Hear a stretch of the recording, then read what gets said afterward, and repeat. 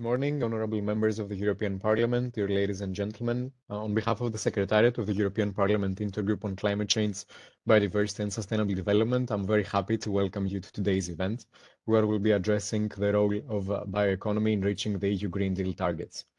This webinar is organized under the umbrella of the European Parliament Intergroup on Climate Change, Biodiversity and Sustainable Development. It is specifically hosted by MEP Mr. Frank Bogovic and is kindly co-organized with colleagues from CEPI. So before we start, I would like to take the opportunity to thank both hosting MEP and CEPI colleagues for kindly co-organizing the event today. At the same time, on behalf of the Secretariat of the European Parliament Intergroup, I would like to provide you with some housekeeping rules. So, as we want to have a discussion that is as interactive as possible, I would like to invite our audience to send us your questions during the event. For this, you can use the Q&As box of the platform, choosing the All Panelists option. The Q&As box shall appear at the right hand of your screen. So within your question, please make sure to also note the speaker to whom your question is best addressed, so that on behalf of the Secretariat, we can facilitate a fruitful discussion before you. Once again, thank you all for joining us today. And now, without further ado, I would like to provide the floor to hosting MEP, Mr. Frank Bogovic, for setting the scene with regards to today's topic. Mr. Bogovic is, of course, an MEP from the EPP group from Slovenia, and is inter alia the co-chair of the bioeconomy working group of the European Parliament Intergroup. So, Mr. Bogovic, the floor is yours. Thank you, Ilias, and dear ladies and gentlemen, dear participants in today's webinar on European bioeconomy's role in reaching the European Green Deal targets, organized by our intergroup and supported by CEPI. I'm really honored to host you at today's event, which comes soon after the publication of the European Commission's Bioeconomy Strategy Progress Report. The report comes at a crucial time for Europe, in the middle of the biggest energy crisis in decades due to the war in Ukraine and EU's high dependence on fossil-based energy from Russia, and in the period when the legislation of the EU Green Deal is beginning to take shape. Achieving climate neutrality until the 2050 objective without endangering the competitiveness of the economy and industry is a huge challenge. All sectors of the economy need to be included and also have to be supported with the different types of the initiatives, so they will be able to develop more sustainable practices and technologies. Bioeconomy is crucial for the transition to a circular and climate neutral economy, because it helps substituting carbon-intensive fossil-based materials. This is even more important during the surge of gas and oil prices we are witnessing right now. Bioeconomy helps storing and utilizing CO2 and replace carbon-intensive fossil-based resources. European Commission strategy long-term vision for 2050, a clean planet for all, identifies the bioeconomy and the circular economy as key strategic areas to achieve a climate-neutral economy, stating that sustainable biomass has an important role to play in a net-zero greenhouse gas emissions economy. Renewable materials are also key for the European circular economy and security of supply of raw materials.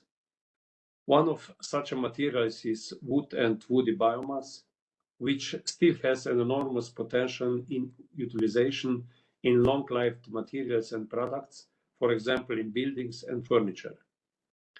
This way, the materials and products can be used as a carbon sink rather than source of emissions, helping to protect and expand the biosphere, stabilize the climate, and ensure human health and well-being. This is also coherent with the new European Bauhaus objectives. The Biomass Progress Report concludes that within the circularity of the wood-based industries, the focus should be put on the recovery and reuse of post-consumer wood. The increasing biomass demand and the limited sustainable biomass supply should be a reason to expect a gap in biomass availability, according to the report. We will hear in the discussion of if this is really the case. Since the EU Green Deal is becoming a driving force of EU's economy, I would like to share some examples of how bioeconomy can contribute to its objectives. Clean energy, conversion of biowaste and into energy, very important for sector in which electrification will remain challenging, aviation, maritime. Carbon sequestration in soil and forests. Carbon storage in harvested wood products can generate significant carbon savings. Material substitution of fossil-based products, plastic, energy, textiles. Greener industry, circular use of biomass promotes resources efficiency and stimulates the production of high added value products from site and waste streams. Eliminating pollution. Bioeconomy maximizes the use of site and residual streams from agriculture, food processing, and forest-based industry. Result: less landfill waste. Use of biofertilizers, biopesticides can contribute towards achieving the farm to fork and biodiversity strategies objectives of reducing fertilizer and pesticides use. Sustainable bioeconomy can contribute to enhancement of biodiversity. The Bioeconomy Strategy Progress Report concludes that the EU Bioeconomy Action Plan is well on track and is already contributing to the objectives of the European Green Deal. However, due to the consequences of the Russian invasion of Ukraine, the future implementation of the EU Bioeconomy Action Plan will have to take into account the implication of food and energy prices, as well as prices of energy-intensive products and global supply chain. I am sure that the action plan and progress report will be analyzed in detail in the discussion, so I will stop here and give the word back to you, Ilias. Thank you for your attention. Thank you very much, Mr. Bogovic, for connecting the dots with regards to the event's topic, underlining the importance but also the timely nature of addressing the role of bioeconomy today. Moving on into the agenda of today's event, let's now draw some inspiration from the Finnish case, as we'll be hearing more from Mr. Samsa Nissinen. Mr. Nissinen is the director of the unit focusing on sectoral and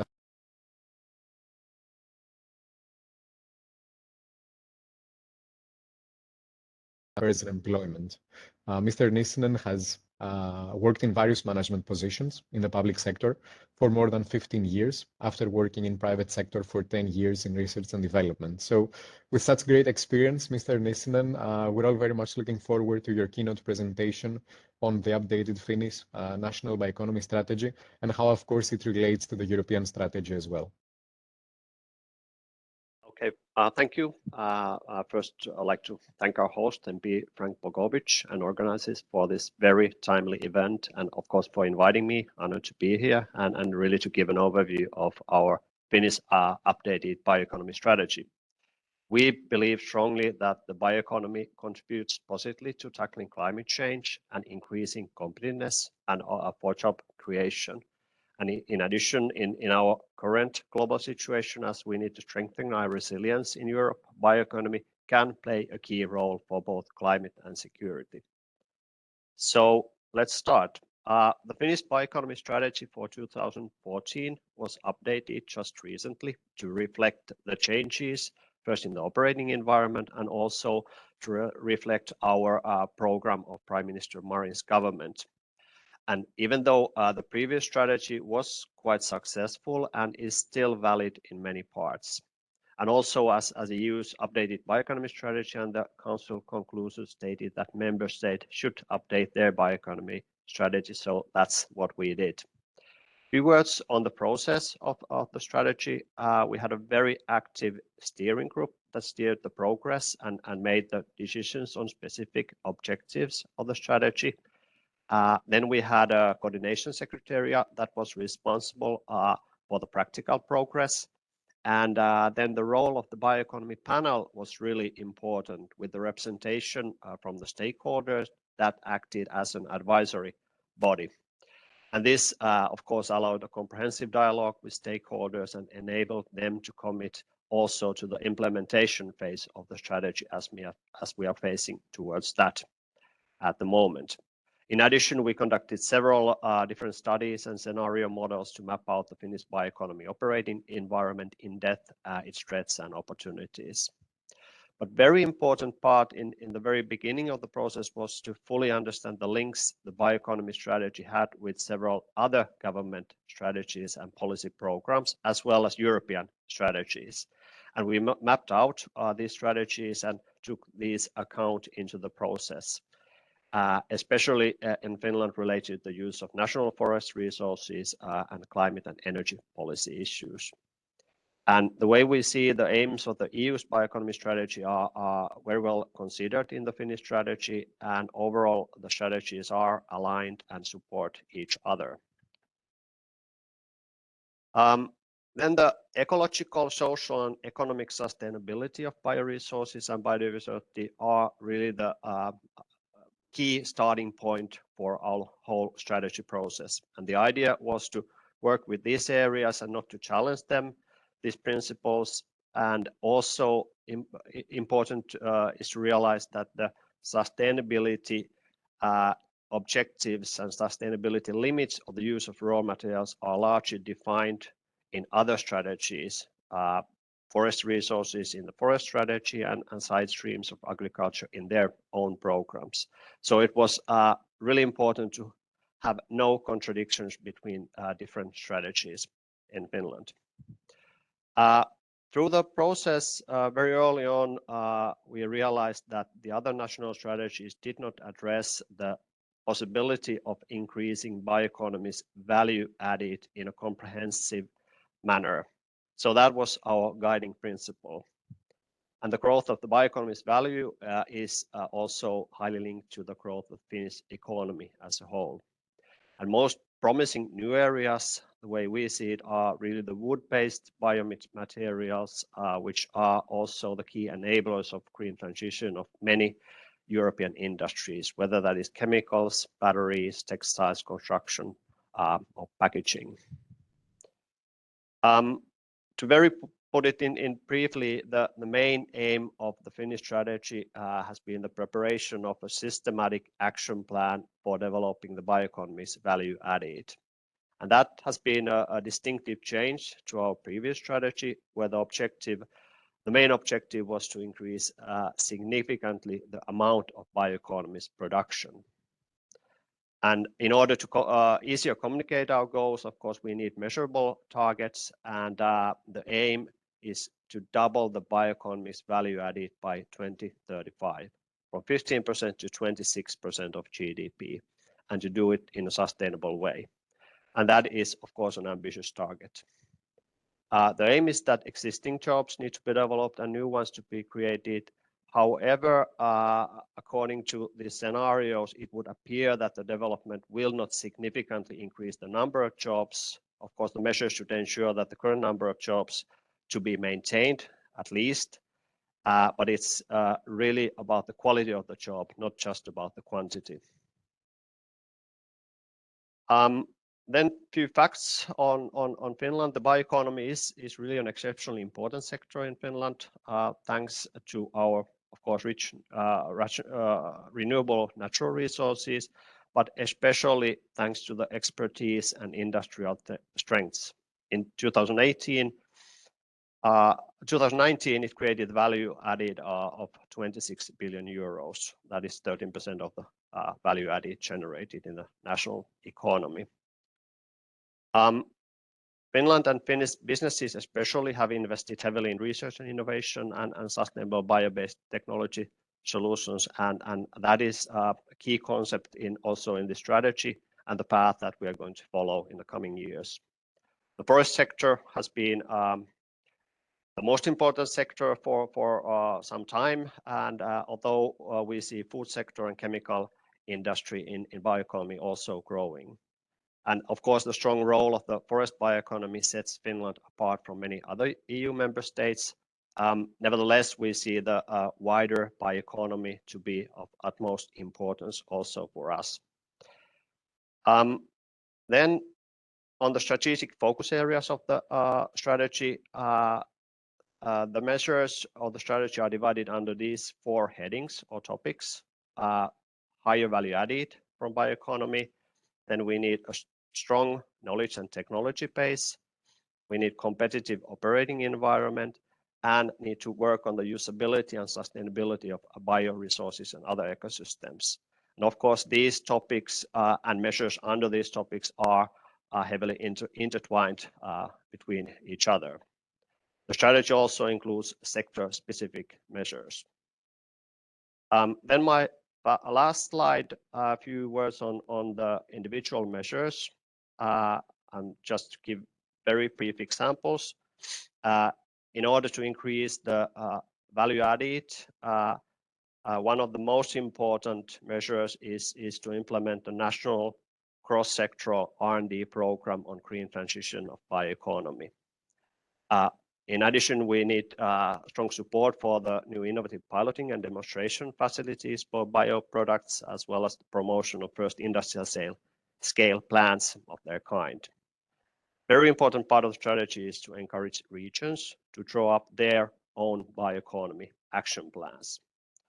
Then monitoring indicators and of course effectiveness of the objectives will be one important measure.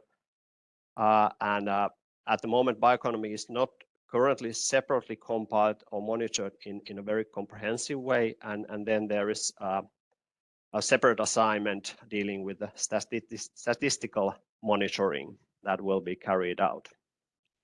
Then on the bottom of the slide, you see the sector-specific areas, and there are many measures related to those. Very briefly, one aim in the forest area is to improve the management of material flows by digitalization and to increase the utilization of side streams of products with higher value added. Another is support for sustainable forest management, which is really at the core of the forest-based bioeconomy. To conclude, we in Finland, we are taking bioeconomy seriously and see it as a major economic sector for Finland and for Europe and for our competitiveness in the future. Our national strategy plays a major role in relation to our industrial and climate policy, but at the same time we find it very important to have an encouraging and enabling EU-level operating environment for innovative bioeconomy, including sustainable forestry. So bioeconomy and the forest sector should be really an integral part of Europe's growth, part of Europe's EU's industrial policy, and also part of the solutions for green transition. Thank you.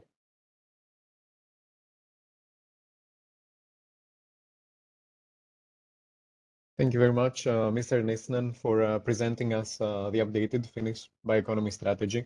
And it has been honestly a very insightful presentation, which I'm sure has played a key part as well in stimulating a fruitful discussion to follow.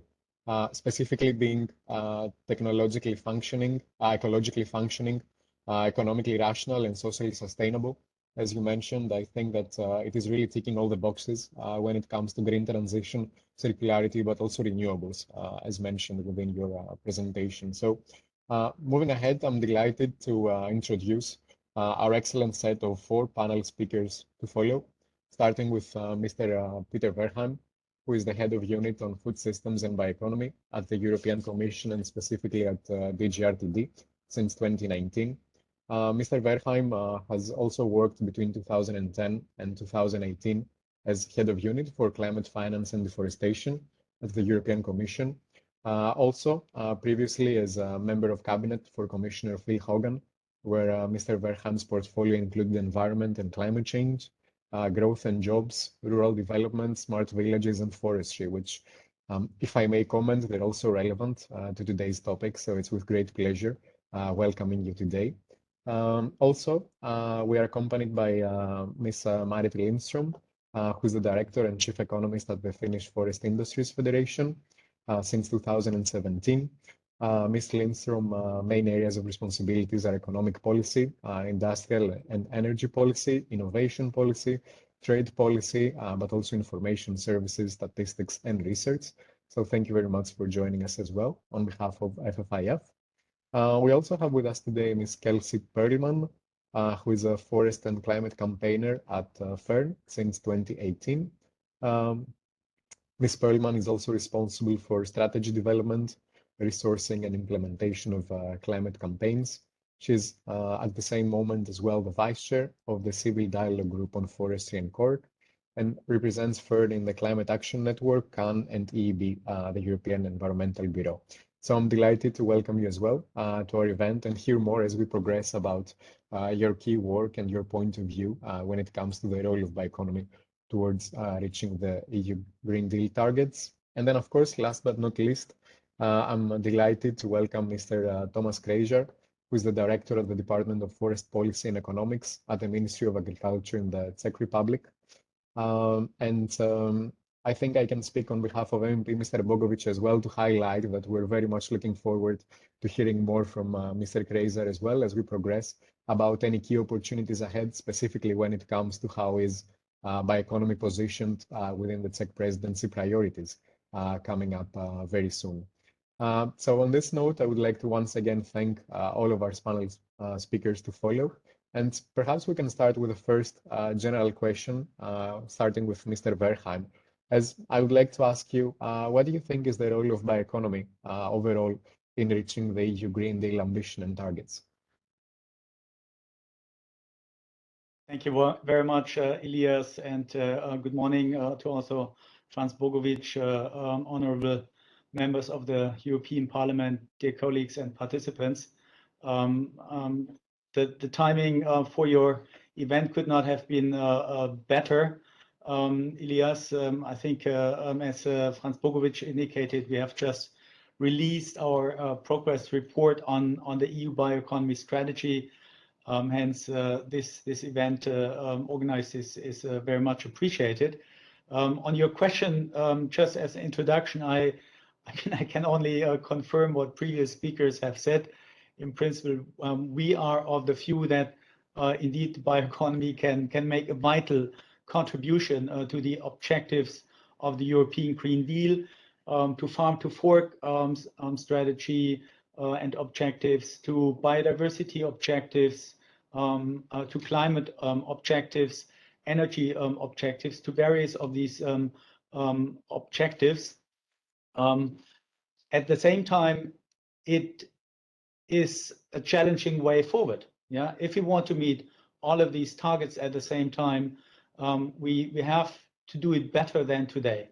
For instance, if you also look into predictions for 2030, 2040, 2050, biomass will be a precious element in the entire equation. It will be a source where we have to make sure that the biomass can be utilized in a sustainable way. Indeed, we also see that there could be a difference between demand and what can be sustainably sourced. Hence, it will be crucial that the guiding principles of the bioeconomy pay more attention to resource efficiency, circularity of biomass, utilizing the cascading principle, and also the promotion of long-lived products and social fairness. But overall, we think that the bioeconomy offers simply also great opportunities for agriculture, for forestry and rural areas by creating new jobs in primary production and increasing and diversifying rural incomes. Let me just give 2 or 3 examples. Yeah, I mean, these were the cups we have been drinking out for a very long time. Plastic out of fossil-based materials, and we can replace them with material that does come from bioeconomy sectors, from forestry or agriculture. It can come from waste streams, and hence, if you replace materials like this, which are fossil-based, with materials that come from bioeconomy that have a higher environmental value, that can be helpful.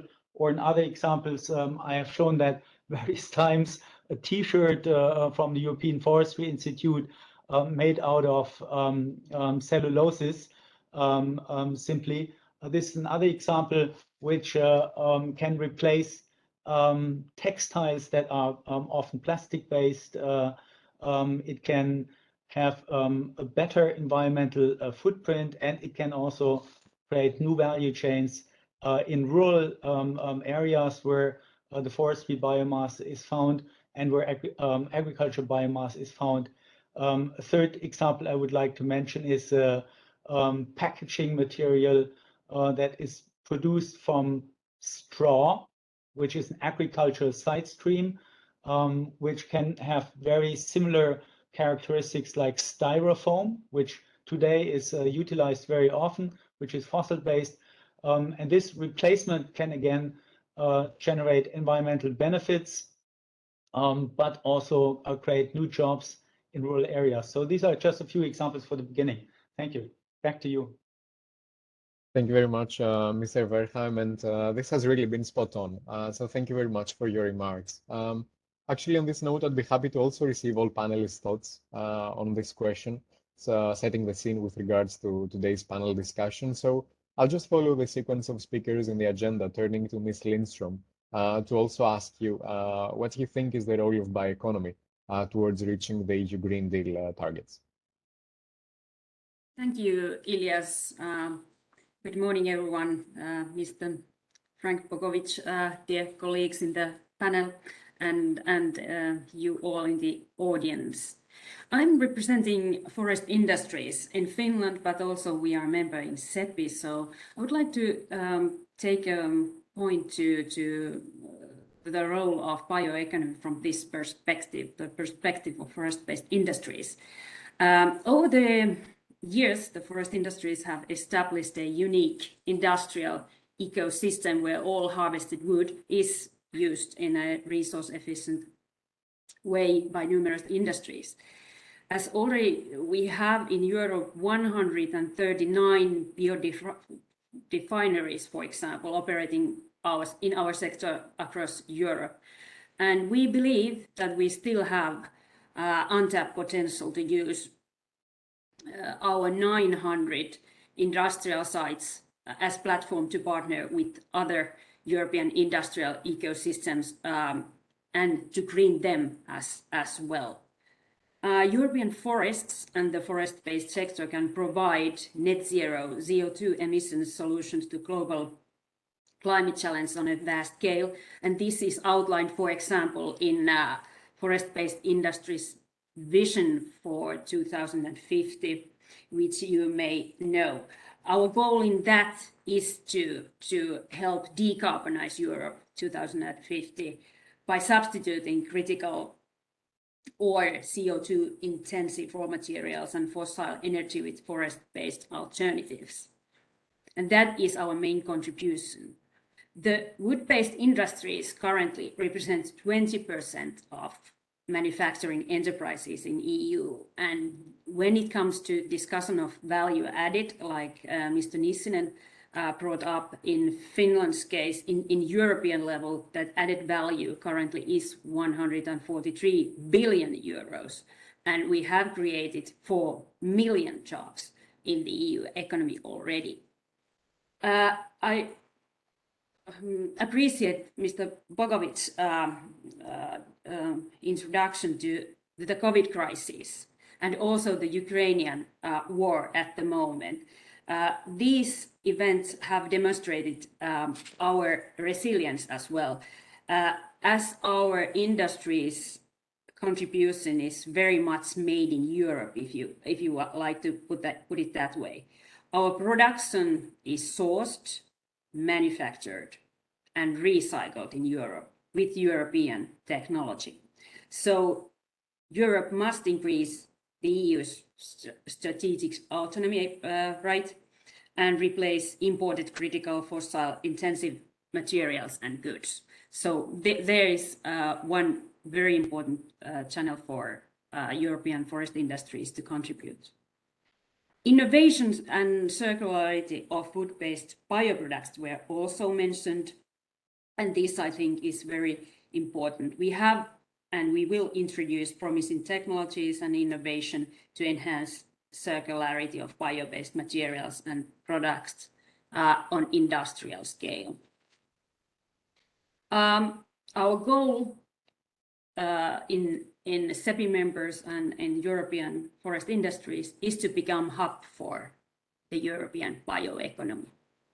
And to answer your question, we have already a great role, but we have still untapped potential to contribute to Green Deal targets. But I would like to point out that the regulation in environment must not give in to micromanagement or over-regulation of laws in forest industries or for management of forests. To be able to make a green economy and create the sustainable future, we need companies to make it happen and deliver results. So the point should be maybe more on product side. And like the EU strategy, which were mentioned, the EU's bioeconomy strategy by Mr. Verheim, it says and shows that the goals outlined in European Deal, we have made progress in it, but we need to do of course more. And one idea which I have heard from DG Grow lately is the idea of industrial alliance for wood-based bio products, which I find very interesting. Thank you.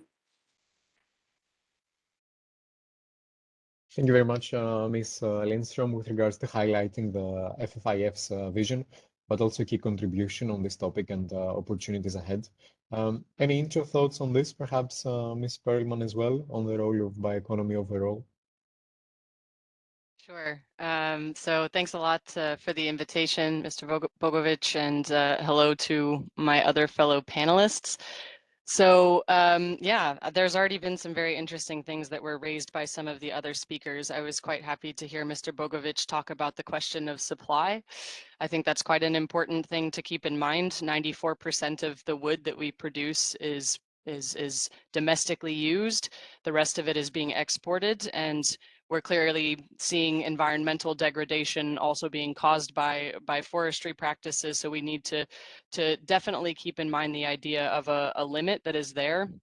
I would complement that with some points that that Mr. Wareheim brought up as well around social fairness, along with the environmental concerns.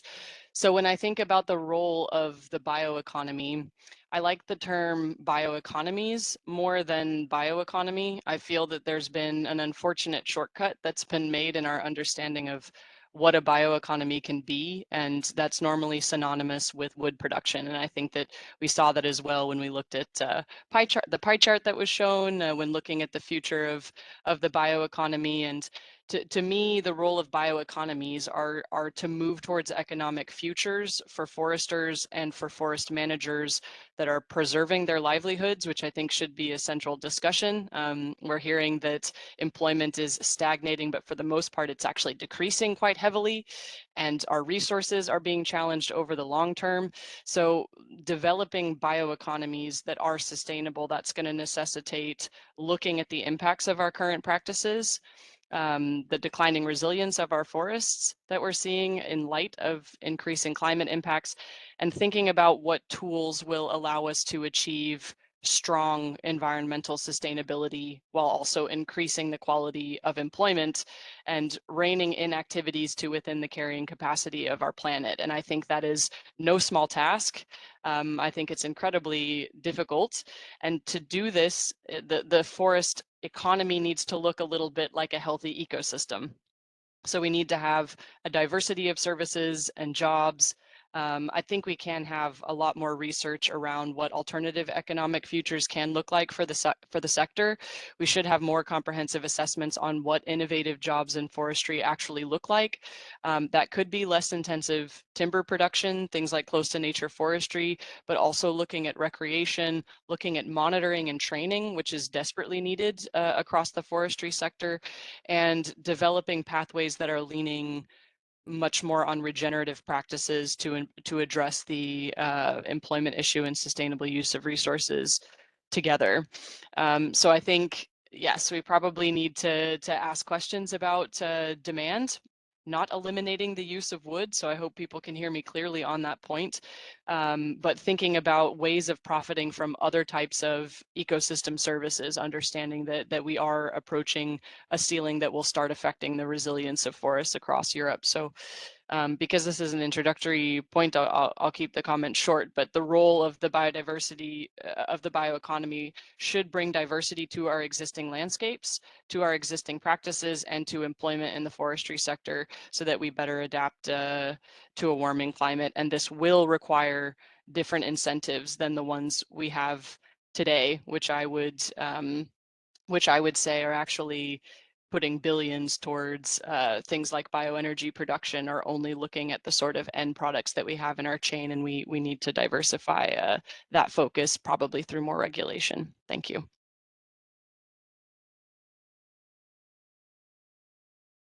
Thank you very much, Ms. Perlman, for inter alia highlighting the environmental sustainability angle as well to the discussion, to which I'm sure we'll come to later in the panel as well. And last but not least, Mr. Krejzer, I think we've all been very much looking forward to hearing from you as well, as the Czech Republic is soon to take over the Council presidency role. So my intro question would be as well, what do you think is the role of bioeconomy towards reaching the Green Deal targets ahead? Thank you very much. I will speak rather from the position of a member state, and also from the point of view of forest management, which is my major. I agree that in supporting bioeconomy, we have to create first conditions for adaptation of forests to climate change and increasing their resilience, because only well-adapted and resilient forests can contribute both to environmental goals and at the same time provide renewable materials such as sustainably sourced wood for bioeconomy. Speaking for the Czech Republic, we certainly support the measures suggested to promote bioeconomy in the EU forest strategy. And the measures suggested by the current Czech government goes very much in line with those suggestions of EU forest strategy, namely for the promotion for long-lived wood products, namely in the construction sector. So that's probably the priority in the Czech Republic for the upcoming years. However, supporting long-lived wood products, in our opinion, requires also supporting active forest management in its complexity.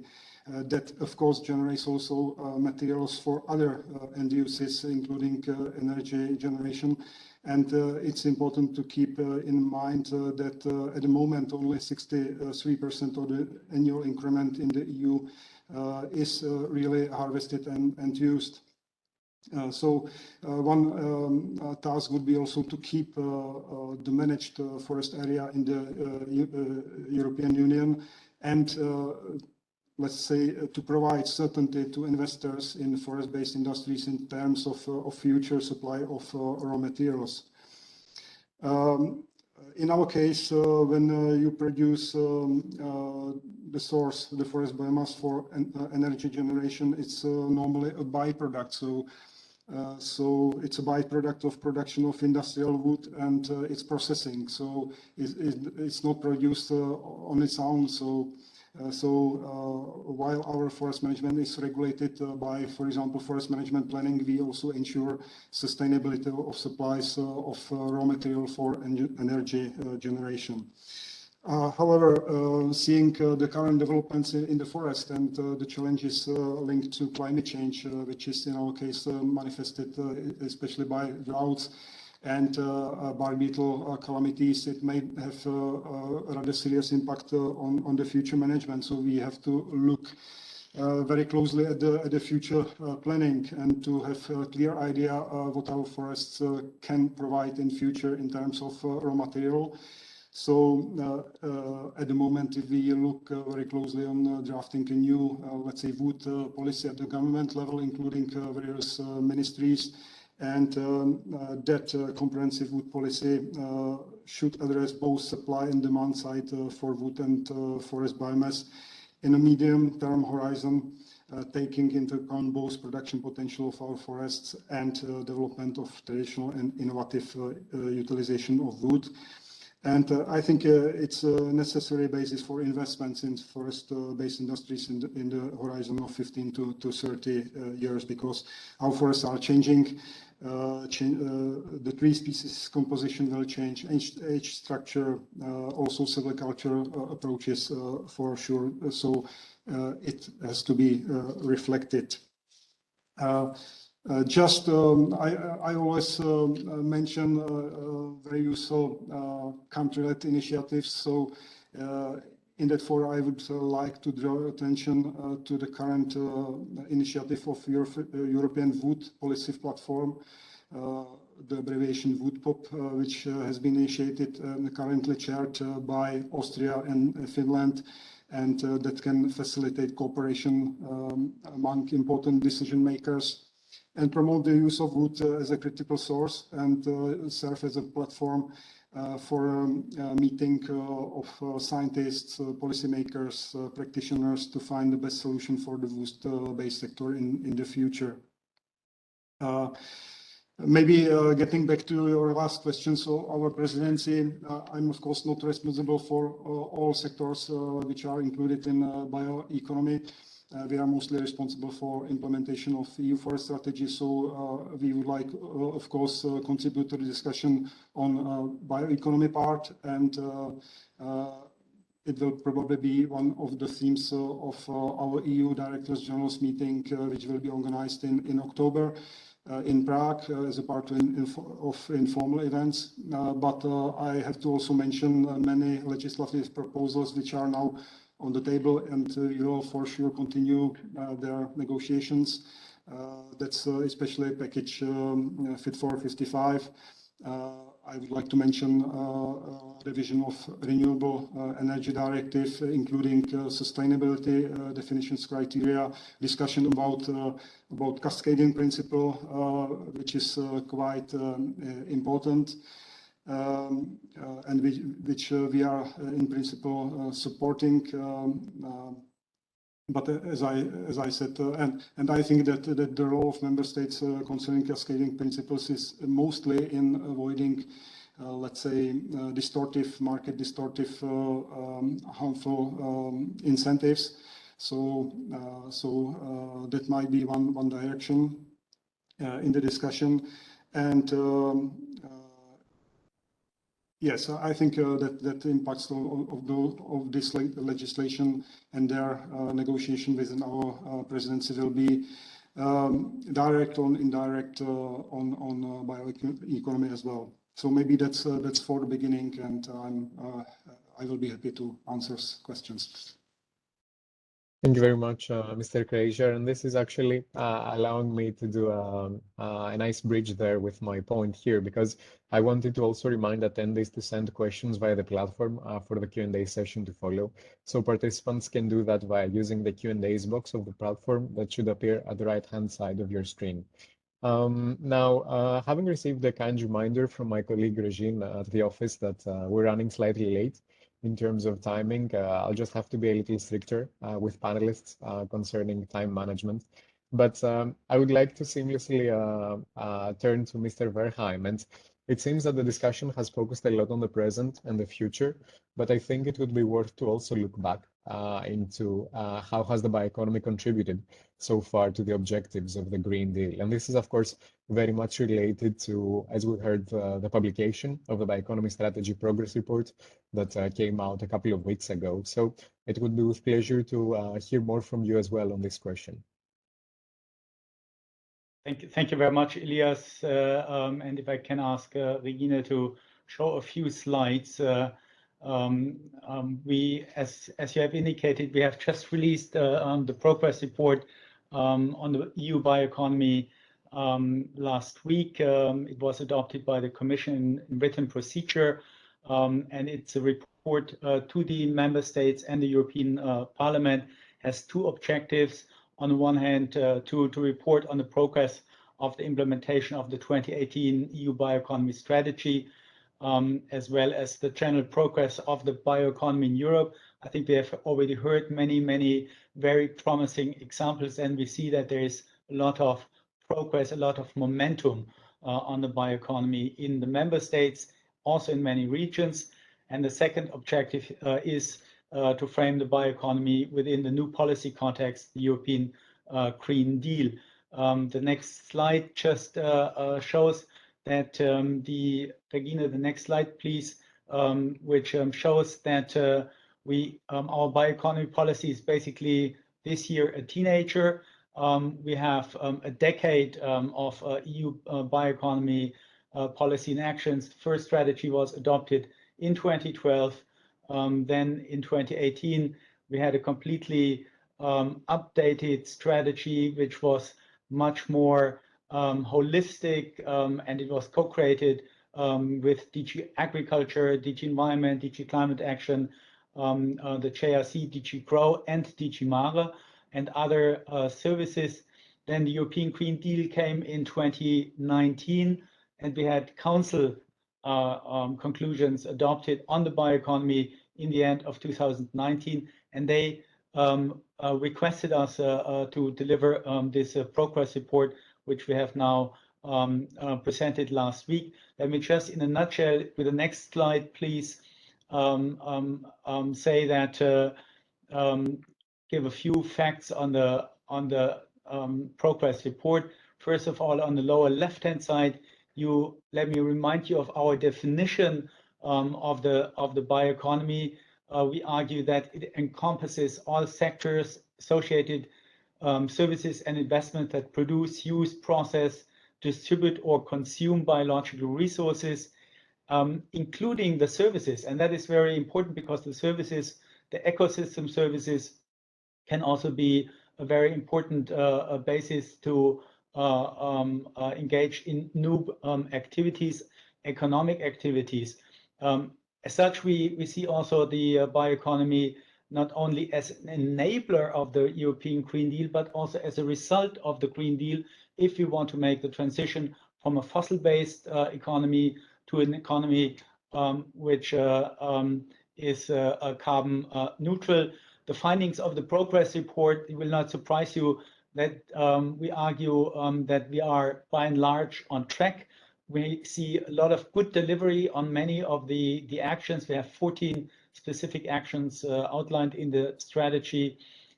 We, for instance, see an increasing number of national bioeconomy strategies. We see 30 and more regional strategies, which are very important to also implement the various bioeconomies, indeed, at regional level.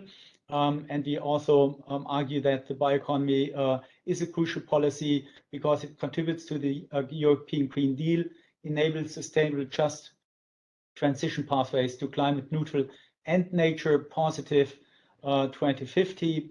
And it's also in the current geopolitical context ever more important because it also helps us to have resilient food and energy systems which can respect the ecosystem boundaries and manage also potential trade-offs from a holistic perspective, which is very important. Therefore, we also conclude that there are areas and gaps that remain and where additional focus is needed. And a biosphere stewardship strategy, which would focus on resolving multiple pressures on land and sea and the associated use of biomass, that would be very important. And secondly, we argue that a consumption-based framework would also be useful to focus on overall consumption and biological resources and the biomass which is sourced and used for all needs we have for food, energy, but also for the ecosystem services we want to have, and to look into the various competing objectives needed to better reconcile the various dimensions. if you could kindly skip to the second last slide, Regina, I would just like to highlight that we would like to continue this discussion with all of you over the course of the year. But we also are organizing a high-level bioeconomy conference here in Brussels. It will take place in the Charlemagne building to present again to a wider audience the progress report, the state of the play of the discussions. I'll invite you to put a save the date for that conference into your calendars.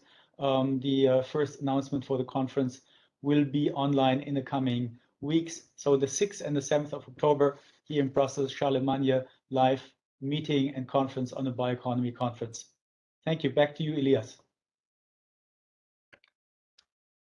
Thank you very much, Mr. Verheim. And I think at this stage of the discussion, we have all come to agree that it is of paramount importance to ensure a resilient and fit for purpose EU bioeconomy. So on this note, I would like to invite Ms. Lindstrom once again to the floor, as it would be very interesting to also receive your thoughts on what can your industry do to further support its development.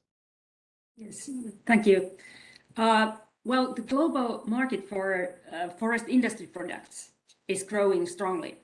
According to analyst house AFRY, the increase will be 175 billion euros by year 2035.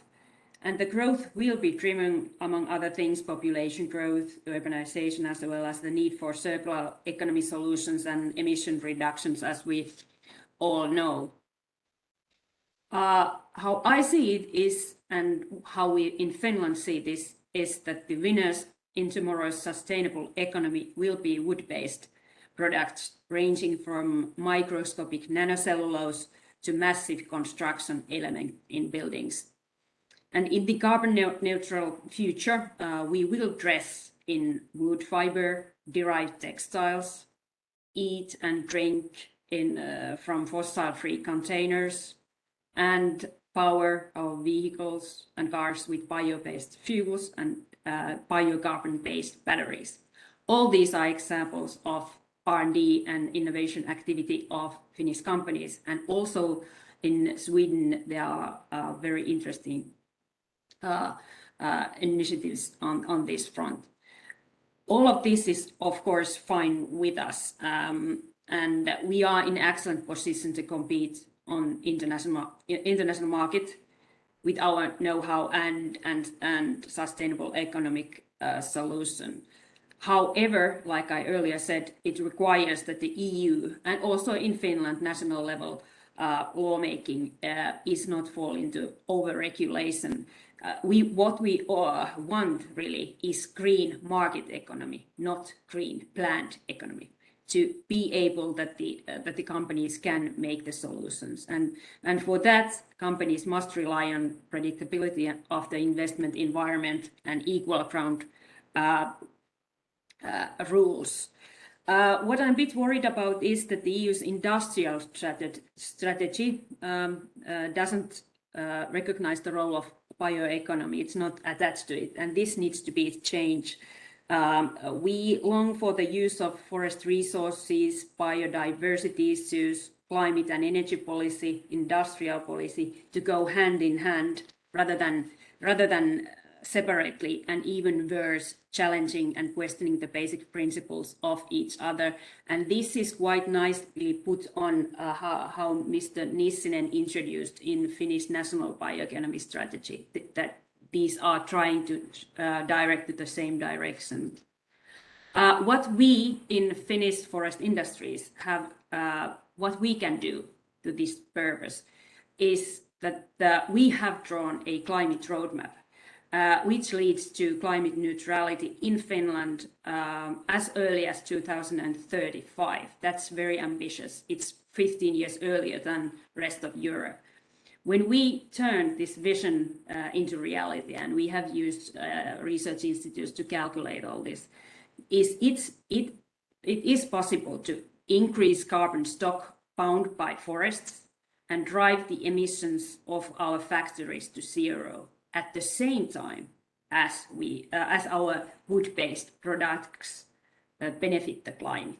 So this is win-win-win situation, and it's fantastic. Our industry is able to diminish climate footprint and at the same time increase climate handprint, and even to increase the value added up to that year. So that is our contribution, but it needs that Europe and Finland is attractive place to attract green investments and green jobs. Thank you. Thank you very much, Ms. Lindström, and I'm very thankful as we're covering all angles in such detail when it comes to such a very important topic today. It just seems that we're 10 minutes late in terms of timing, and I know it's a very busy week for MEPs, and I hope that's all right with agendas of reacting MEPs as well. But if not, please feel free to let me know, and I'll be happy to give a fresh plot twist in the agenda. But for the time being, I wanted to also reach out to Ms. Perlman, and I wanted to ask you, of course, an important angle to the discussion here today is also biodiversity protection. So I wanted to also ask for your thoughts on whether and how bioeconomy can also enable that biodiversity protection. Thank you, Ilyas. So I think that the bioeconomy could go a ways in protecting biodiversity if it's understood in the way that I laid it out in my introduction. So something that brings more diversity to the existing land economy. And as an organization that protects forests, but also works with the people who are depending on forests as a resource, it's quite hard for us to narrow down this concept of sustainability just to biodiversity. What we do see and what is clear is that there are multiple crises, as we mentioned, the social and the environmental. So I'll start with the environmental. If we look at business as usual forestry impacts, then the degenerative impact is pretty clear. So if you're looking at the EEA report on the state of forests or the member states reporting for the birds and habitats directives, we know that in areas where we should have the highest environmental integrity, forestry is the #1 driver for biodiversity loss. For us, this isn't just an issue for environmental organizations, it is a problem for the business model itself. And I think it is important to note that in terms of environmental functionality, Europe has some of the most degraded forests worldwide. And we know that natural forests are going to be stronger in the face of climate change. This doesn't mean just for the forests that aren't touched at all, it also means for the managed forests. So when we're looking at the environmental impact of the economy, we can't just look at the increment of wood that's being extracted, or we can't just look at CO2 that's absorbed when we're looking at the questions of sustainability. We need to look at ecosystem functionality overall, and how can we bring those practices into the areas where the forests are managed. Currently, 3/4 of forests across Europe are even aged, and they're managed through some sort of clear-cutting model. This is an issue. I was recently at a meeting with IUFRO. They're the International Union of Forest Researchers across Europe that provide a lot of good work on the questions of sustainability of forest resources and the environmental integrity of the forest that we have currently. And they just came out with a report that basically said forest owners are increasingly impacted and they're lacking adaptation solutions. I just wanted to quote one thing that came from a recent report of theirs. Presently, many forests cannot sufficiently provide the expected ecosystem services due to their simplified structure and composition or degraded health. This is clearly an issue, I think, for everyone around the table, whether we're providing wood or trying to protect the forests in some way, shape, or form. And so just coming back, our consumption of wood is increasing. And if we want to continue to operate in a volatile and uncertain world, we need to be able to extract wood in a way that's sustainable and ultimately regenerates itself. So for us, this is why it's important to look at ways to support forestry practices, if we're going to stay on the topic of only wood production, that leave the forest more adaptive and more resilient whilst delivering sustainable livelihoods. This, in our view, is the benefit of support for more regulation. We would say that the field is open right now in terms of for managed forest areas, what type of constraints are out there. There are no constraints for forestry, but there is a benefit of supporting a definition and incentives for things like close to nature forestry and for restoration that's going to provide forest owners support for doing alternatives. In my view, I would not endorse state aid support or any type of EU support for somebody that decides to put down a Sitka spruce plantation and then is affected by drought or wind throw later on. Money should not be going to replanting trees in an area where an adaptation risk has been created by human impacts, but there definitely can be support for those that have adopted practices that allow forests to naturally regenerate and provide high quality wood overall. Then I know, because we're running short on time, just another quick, more detailed point on these trends that we're seeing around Europe, the employment trends that are quite counterproductive. So I think many are aware of the Forest Europe figures that have shown a clear decrease in the forest sector's workforce. This includes for pulp and paper, and notably we're seeing this declining trend in Nordic countries. So I would conclude by saying that we have two processes that can make us change. Either we have epiphanies in the way that we're doing our work, or we're driven by crisis.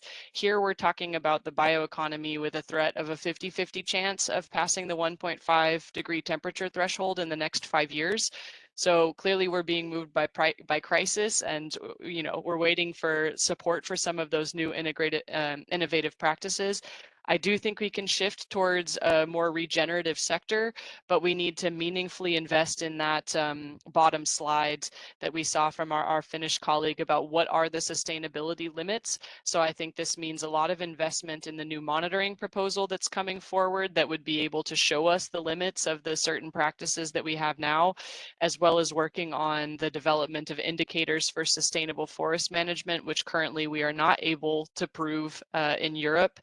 And then with these sort of building blocks, we can aim to reward the economic actors that would like to stay within the planetary boundaries of sustainable bioeconomies. Thank you.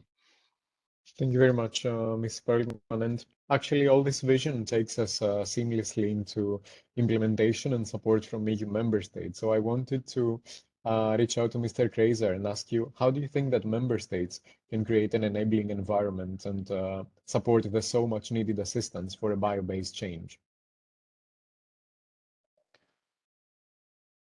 Thank you for this question, and I just reacting to the previous speaker. I have probably completely different view on the role of forest and forest management, and I don't like simplistic solutions. I also don't like let's say seeing forests as a source of problems. I think it's also victim of the current climate change and its impacts on the nature as such. I think that sustainable forest management is evolving concept. So some practices which has been sustainable in past are no longer sustainable, of course. But I don't like to see it as a mistake of our predecessors. I think 70 or 80 years ago, it could be seen in a completely different way. However, on more positive note, I think that over past 20, 30 years, the structure of European forest changed also because of subsidies provided by both member states, but also EU. So we can see increase or shift towards natural tree species composition, towards more complex structures in the forest, towards higher amount of deadwood, which is now in the forest stands, and it's also thanks to active policy of member states and also EU. So, for example, Czech Republic provides for several decades support to planting or increasing richness of tree species composition. And our plans for the future, by the way, is to by 2026 to have, let's say, comprehensive payment for ecosystem services that would at the same time encourage forest owners to adapt forest to climate change, to contribute to solve biodiversity crisis, but at the same time to pay them for the contribution to all the benefits forests provide to the society. Concerning what we can do at the national level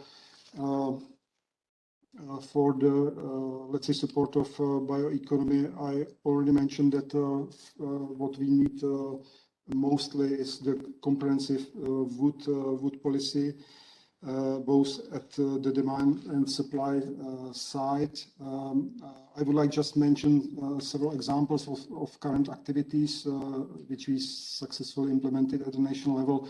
These are, for example, competitions for architects and students of architecture focused on building from wood and using wood constructions. We also drafted guidelines for use of wood in public procurement. And I would like also mention ongoing work on amending, for example, fire prevention legislation, which is quite a big obstacle for larger or more broader use of wood in construction, especially as it comes to construction of multi-story buildings. Thank you. Thank you, Mr. Kreiser, for your remarks, but also for reacting to previous speakers' interventions as well. Just before we head to some reactions from members of the European Parliament that are joining us today, I just wanted to ask you in just one sentence, starting with Mr. Verheim. And I know that just one sentence is quite challenging, but we're running out of time here. So I wanted to ask you what you think is the main takeaways for the audience today. What is perhaps the keyword for the role of bioeconomy looking ahead?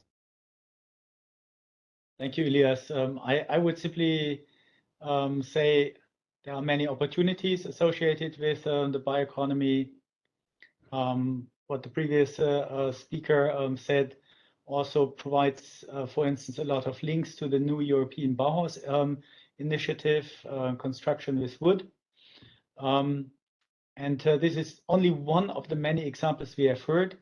I would argue that we have many challenges to tackle, and the bioeconomy simply provides many opportunities to address at least these challenges, the social, the economic, the ecological challenges at the same time. Not an easy task, but overall, I would argue that bioeconomy offers many opportunities for green growth. And hence, I look forward to engaging with many of you on the bioeconomy further. Thank you. Very much, Mr. Verheim. And it seems indeed there's a lot of challenges, but also key opportunities ahead. And that is very much linked with the untapped potential that Ms. Lindström was referring to. So perhaps Ms. Lindström as well, some in just one sentence as well, just some key takeaways for the audience.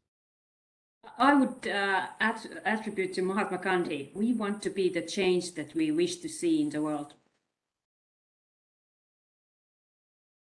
Thank you very much, Ms. Lindström, and Ms. Perlman as well. I think my takeaway is avoiding simplicity. Simplicity of forest management, simplicity of putting all your economic eggs in one basket, and looking to make the sector much more diverse than it is today. Thank you very much, Kelsey. And Thomas, also from your side, what is your key takeaway of this discussion here today? I think that forests are nowadays challenged by for example, climate change or biodiversity crisis, but there is a lot of damage caused in the forest. But I'm sure that forest will provide, they'll recover again and provide all benefits also for future generation. Thank you very much, Thomas, and thanks a lot to all panel speakers that intervened in the course of this event. So seamlessly, I would like to transition to our MEPs today, starting with MEP Elsi Katainen. So today we're accompanied by MEP Elsi Katainen and Mr. Petri Sarvamaa as well, that are the best suited, actually, to take on the discussion forward, because Ms. Katainen is member of the European Parliament from Finland for the Renew Europe group. She's vice chair of the European Parliament's Agri Committee and co-chair of the Sustainable Forest Management Working Group of the Intergroup. So with no further ado, Ms. Katainen, I'll provide you the floor for some reaction here. Thank you, Elias, and thank you, Mr. Bogovic, for organizing the event and for the excellent presentation from previous speakers regarding the bioeconomy agenda. I see that bioeconomy as a topic is currently more than relevant in EU decision-making tables, as well as in stakeholders' agenda. When the Commission proposed the Fit for 55 package, the world was very different than now. Transition away from fossil energy is forced to happen quicker than expected due to the terrible war in Ukraine. We must find solutions which are sustainable and renewable to fulfill this demand. I see bioeconomy as a tailored solution for this. In general, I think that the EU as a whole should see the full picture of forestry and bioeconomy, from biodiversity issues to all its byproducts and potential use, from wood products to bioenergy and all other products that can be made from biomass-based raw materials. I honestly think current Commission should have a closer look on the EU bioeconomy strategy agreed during last mandate, where different solutions are very well mapped. I strongly welcome Finland's new bioeconomy strategy, which is well timed. Like outlined in the strategy, we can't afford only looking at the quantity of bio-based products. We also need to look at the quality and economical value, taking account all pillars of sustainability. The balance exists in the EU's bioeconomy strategy as well, but for example, in the Green Deal, co-legislators have and will have to do lots of efforts to rebalance Commission's proposal. Bioeconomy has significant potential on the change towards fossil-free society. Currently, the European Parliament is very busy with legislative work on the Fit for 55 package. We still have, for example, the Renewable Energy Directive, energy efficiency and deforestation at the final negotiation table, which affect the operational environment of bioeconomy directly. We also see that the Commission is taking a new position on these issues. Repower EU proposal was published last month, which is amending these proposals under negotiation. I strongly welcome the Commission's proposals to double the production of biogas, which is a move to right direction. But we still have work to do to keep the base sources of biogas enough wide and sustainable at the same time. Another difficult issue is RED, where we have seen ENVI committee's position trying to limit the bioenergy based on woody biomass out of the scope of renewables. For me, this is not only against biology, but also very harmful for EU security of supply. Furthermore, it would also make it impossible for EU to reach a new higher target of 4 to 5% of renewable energy set in Repower EU. And lastly, I want to say that bioeconomy also have other than climate benefits. It supports the vitality of rural areas, bring jobs and incomes to farmers, forest owners, and other local operators. For the future, we must ensure proper funding and accessibility for horizon projects, innovation and research funding. Also, CAP has the potential to offer solutions here, as we have the second pillar action on rural development. We already have many solutions. Now it is time to put them to work. It is also time to start to influence for the becoming Commission's Agenda 2024 onwards. Thank you. Thank you very much, Ms. Katainen, and this has been connecting all puzzle pieces so very much to the point. So thank you very much for joining us today and for your intervention. Our next speaker is MEP Mr. Petri Sarvamaa as well, who is member of the European Parliament for the group of the European People's Party, inter alia member of the Committee for Agriculture and Rural Development. And Mr. Sarvamaa, you're often vocal on bioeconomy's key role. So I'm very honored by your presence in the discussion here today for some reaction to what we've heard in the course of this 1 hour and 15 minutes so far. Thank you very much, and thanks for having me. It's a privilege and a pleasure. First of all, I have 3 points that I want to sort of like put on the wall. And first of them is get rid of ideologies. This, unfortunately, you know, I was the rapporteur for the forest strategy in the European Parliament. We had very tough negotiations. And during that process, and not just that process, but in almost everyday life here in the corridors of the Parliament, I still run a lot into a non-fact-based, very purely ideological approach. Number 2, science is the key. This, of course, is related to number 1. But when I say that science is the key, it's not just the one study that supports your ideology. Again, so these two are combined.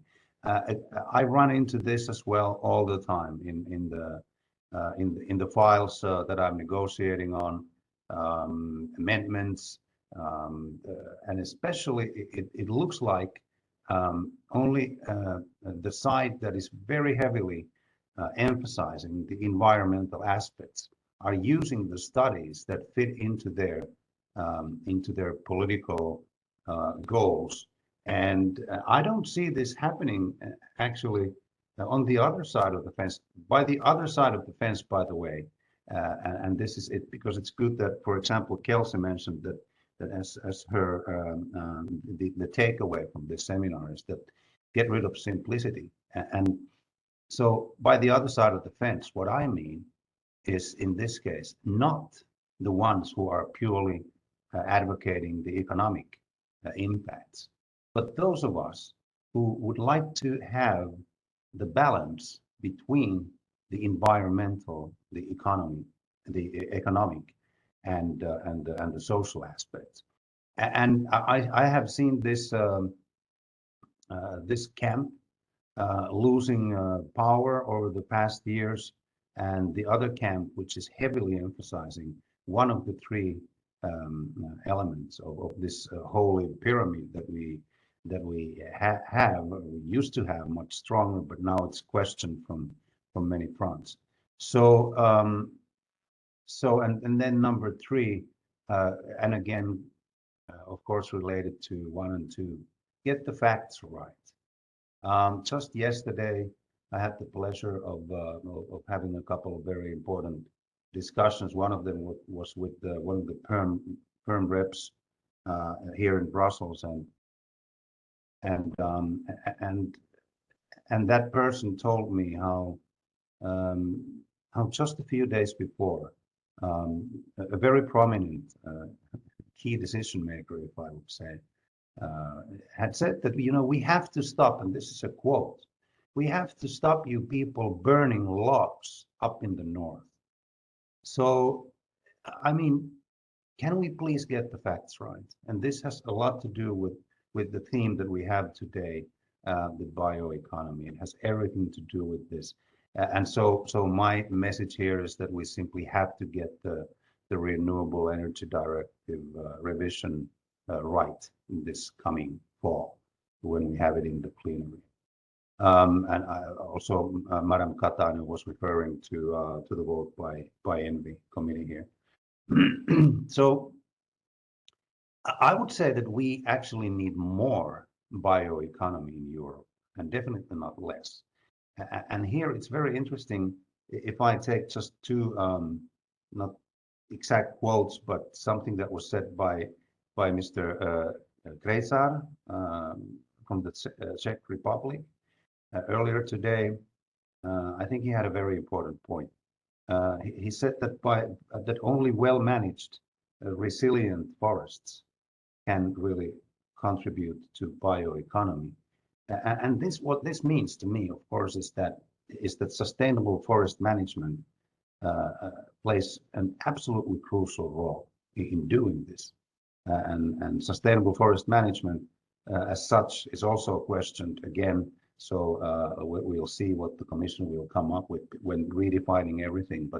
But when redefining everything, it would be really good to keep in mind that was also mentioned just a few minutes ago, that if 70, 80 years ago, it was a totally different world.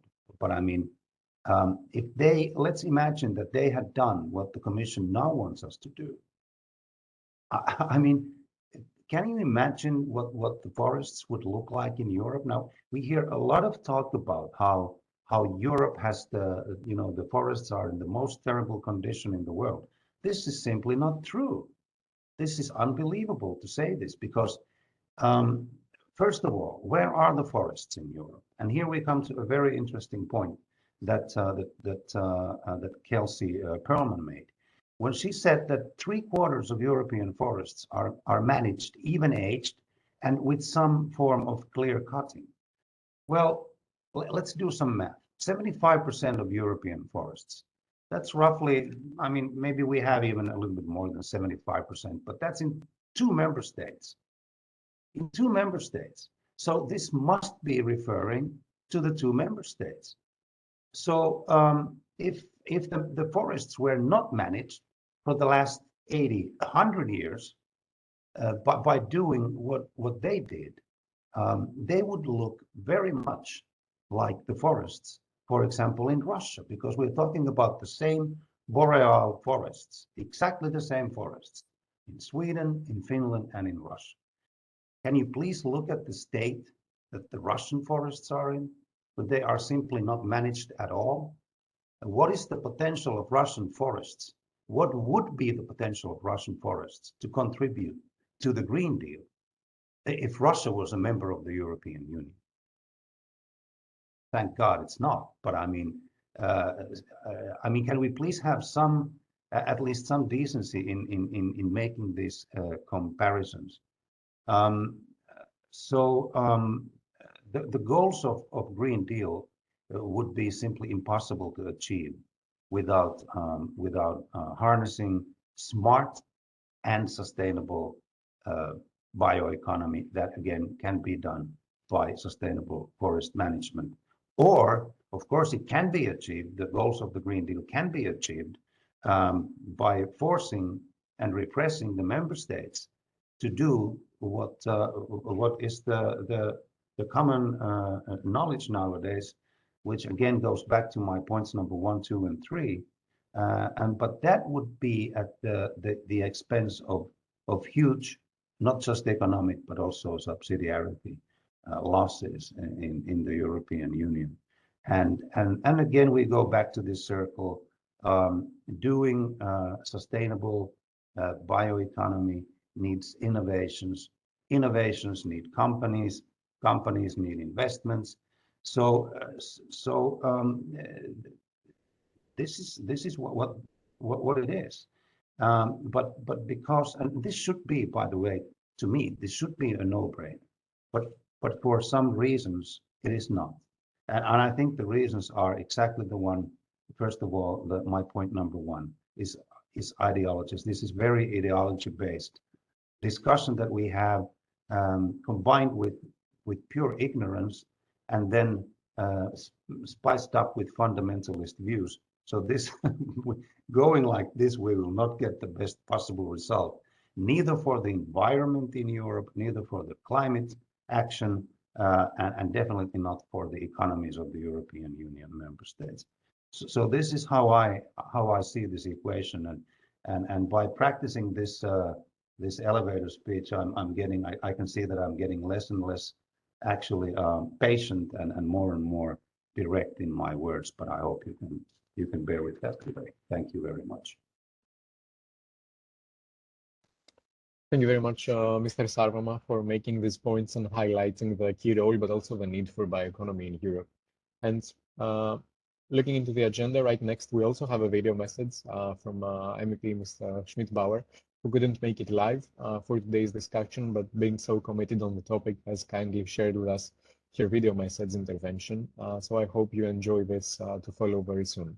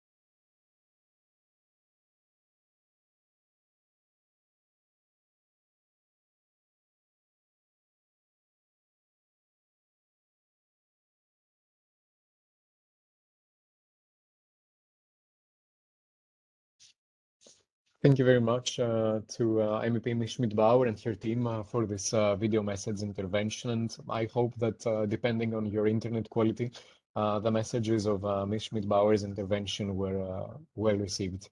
On this note, I'm aware that this takes us a little closer to today's key takeaways from hosting MEP Mr. Frank Bogovic. Just perhaps prior to that, we can take 2 or 3 very quick questions from the audience. And looking on the clock, Mr. Bogovic, I'll very much follow your lead on this. So in terms of timing, you can stop me anytime if we're running too late as well with regards to your agenda of the day.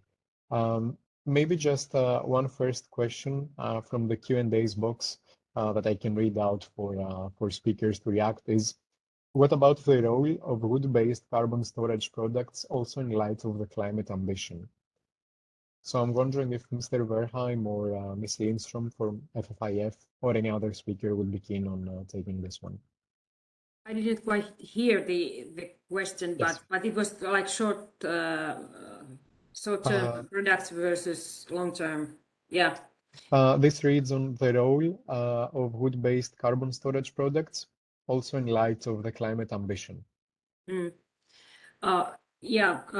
Well, I think that the one of the advantages of private market economy based forest industry and the wood trade, for example, Finland, make it such that the raw material is quite expensive and it's used very efficiently. The same goes in Europe in general. So all the parts of the tree which are used is used for the best possible purpose from the market perspective.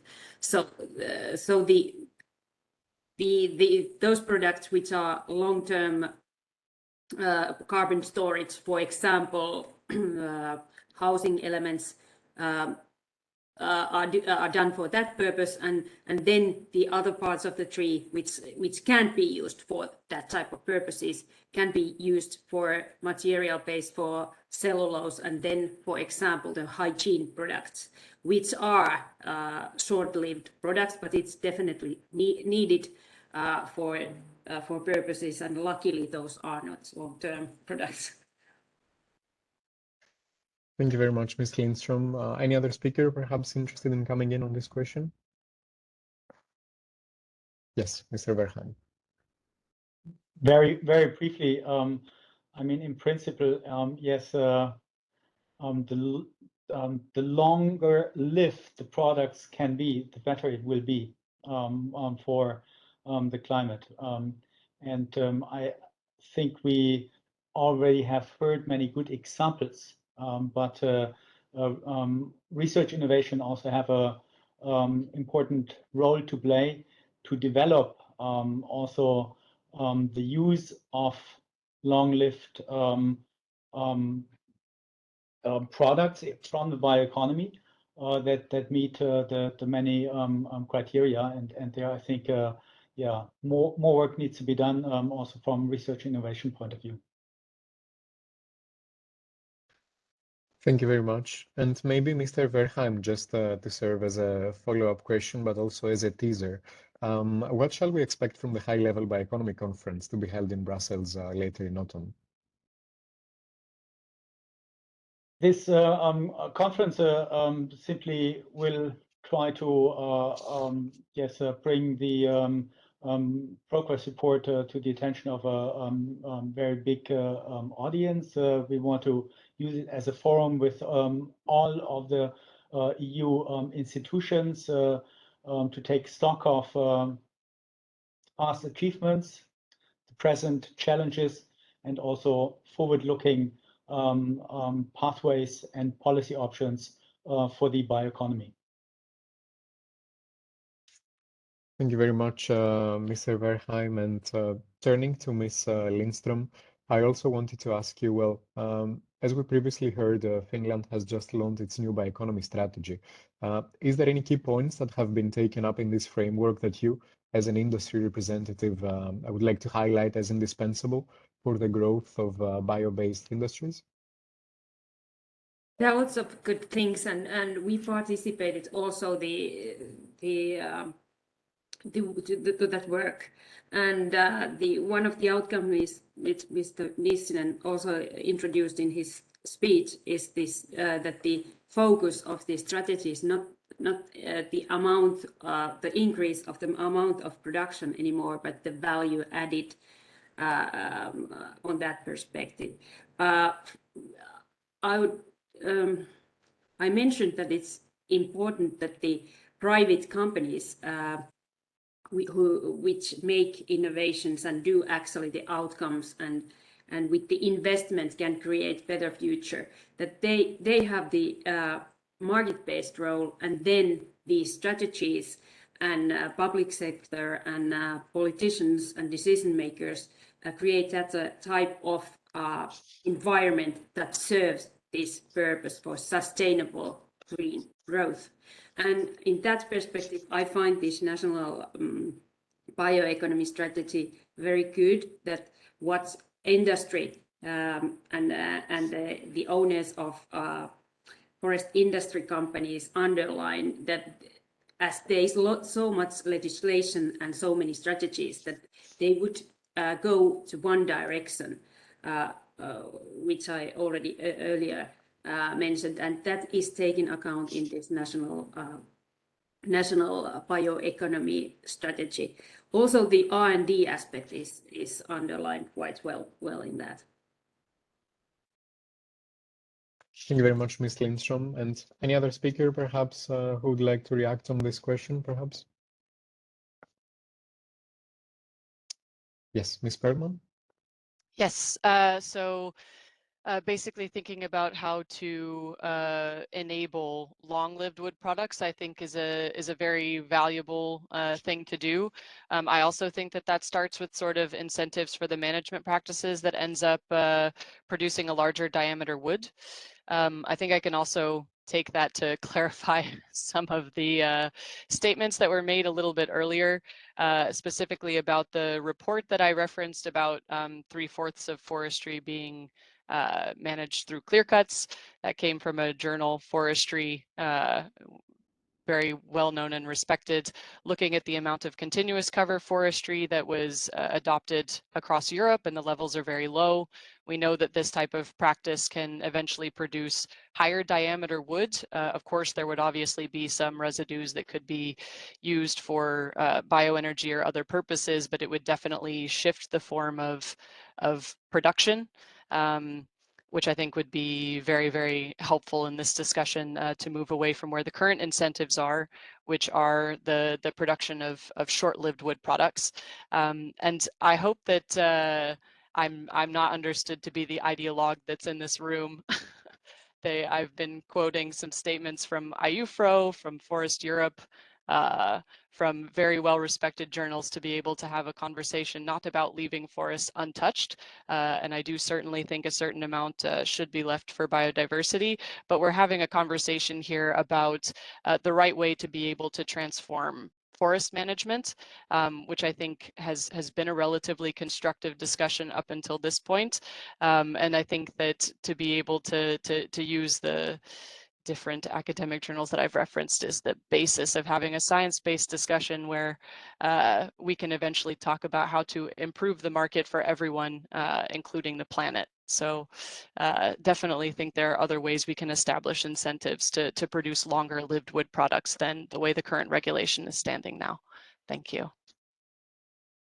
Thank you very much, Ms. Perlman. And as a hosting MEP, I don't know, Mr. Bogovic, if you have any question as well for speakers today. Otherwise, I'll just provide you the floor for your key takeaways of today's discussion. Thanks a lot for everybody who participate in this debate. My colleagues, Elsie, Simon, Peter, dear panelists, I think it was amazing debate.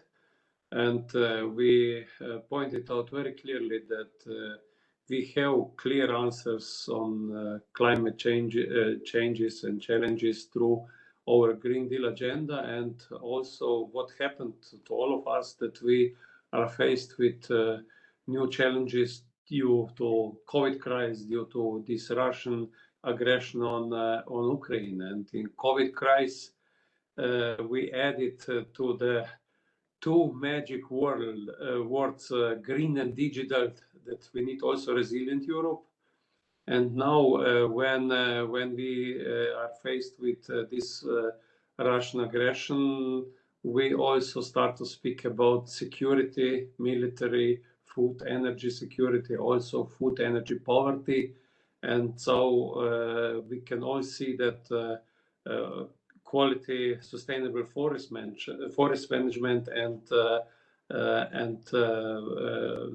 bio-based industry can play a really very important role in all these challenges I mentioned. So we also said very clear that it's really necessary to all the time think about all three pillars of sustainability. We spoke a lot about sustainable forest management. I agree, and I think it's really very important. And in Europe, in many cases, like we hear today, we can be proud on this. There is also some place for room for improvement, but I think that this is a very important pillar. Like we also this social dimension we saw also in Q&A.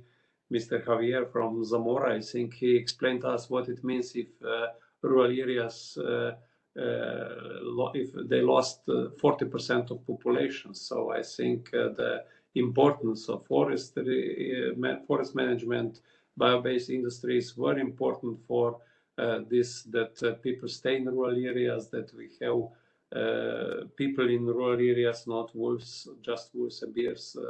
What is happening also in my country, in Slovenia, to have this balance and to respect each other and also see and work in this direction. When we spoke about third pillar, economical pillar, I think that we heard great sentences from Ms. Merritt, first about R&D innovation, and also that we need green market economy, not plan economy. I am from the socialist part of Europe when we lived in the past, and I know very well what it means. And sometimes really when I listen about these our goals, objectives, I am asking also myself if this is still a market economy or something else. And we as politicians, it's important that we provide this competitive ecosystem in which we really can have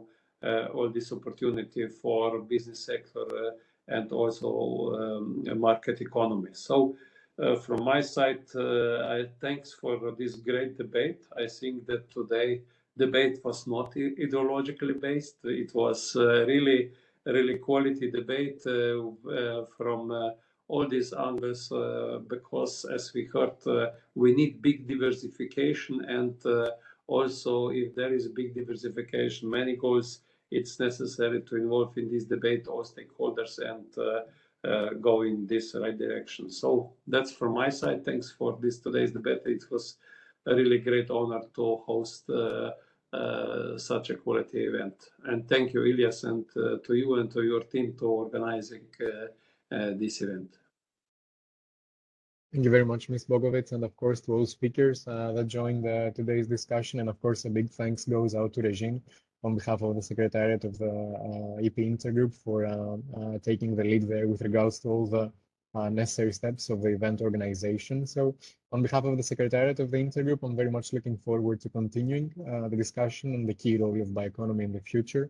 Of course, I think we're all very much looking forward and keeping a close eye to the Commission event later on in October. So until then, wishing you all the best and see you soon. Thank you very much. Thank you very much. Bye-bye. Have a good day. Thank you. Bye-bye.